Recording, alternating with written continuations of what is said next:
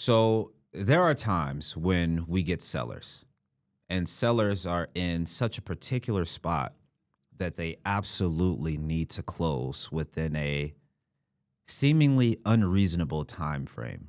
Now, we come across these situations a lot, and I'm thinking about one in particular. I'm sure you could, it was a more recent transaction that we did in North Centennial. Yeah, no, totally remember that.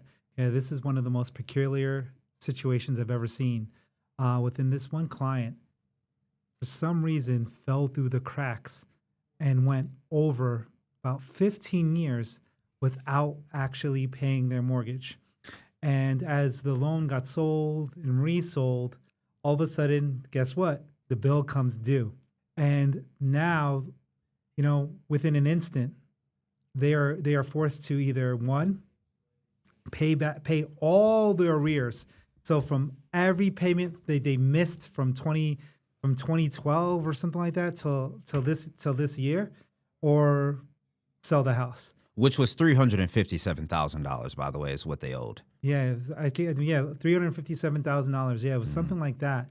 And the court date was set. They were going to be taking the house, and I just remember they needed to move super, super quickly. They basically had two choices: either sell right now and walk away with some money, or just roll the dice and see exactly what can happen if you appeal to the court that you didn't know who was the actual we'd say the mortgage provider that you were supposed to pay, or who actually was the lien holder. And I remember like in this particularly a week of rolling the dice. Next thing you know, hey, listen, if you don't do something, you're gonna lose your house in a few days. And I just remember that's why I was just like, okay, great, we have the cash, we're gonna be buying this house, and we could just make it a smooth transition. And one of the highlights I remember about this is that we were able to, one, not just help them get the cash that they needed to pay off their liens, they got some money for themselves. And overall, since what we're looking to do, we're problem solvers. We weren't going to leave them on a lark like, oh, here's your money, bye.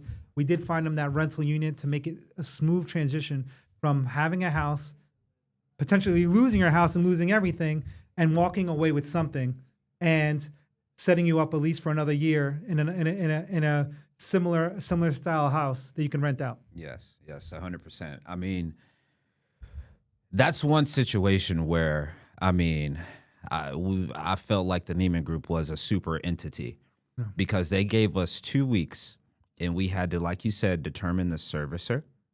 We had to get all of the numbers finalized through title and escrow, which takes time when it's that complicated of a situation. We took them from potentially losing the house and getting no money whatsoever and ruining their credit, which effectively ruins their life, to saving their credit, saving the foreclosure, and they got 40 grand. That's what they got. They got 40 grand. Now I know, look, anybody who's listening to this, I know 40 grand will help you out at the end of the day. Yeah. Oh, and not to mention, we saved the sale. So it had a notice for sale date, and it had a time. I think if I remember correctly, the sale was starting at 11 a.m. Yes, it was like we saved it right before. We got the email from the bankruptcy attorney at like 10:40 something. I mean, like less than 20 minutes before the actual sale time, and we managed to save the entire deal. Yeah. And so that's a testament to, no matter how complicated the situation is, as long as we're doing our proper due diligence, as long as we're communicating appropriately to get through each problem that arises, because inevitably problems are going to happen when you're selling a home, especially in a complicated situation like that. It's just a testament to, as long as we don't give up, we keep finding solutions for the seller, there's always a way to help someone out. Yeah. Because they went through about 4 different buyers, and all of them backed out because it was too convoluted. The buyers didn't know what to do. And so it took a certain expertise to come in and solve this problem that seemed unsolvable. And I think actually that's a testament to the lines of communication about always being upfront with everything, from what challenges they're going to be. And we were very forthcoming about, once we got all the information of those steps. So I really think that would also put the seller at ease was the fact that they knew exactly where we were in the process because we were over communicating what we were doing. And at the same time, as new problems arose, sometimes people hide them. We were saying, no, let us know as soon as possible so we can address it.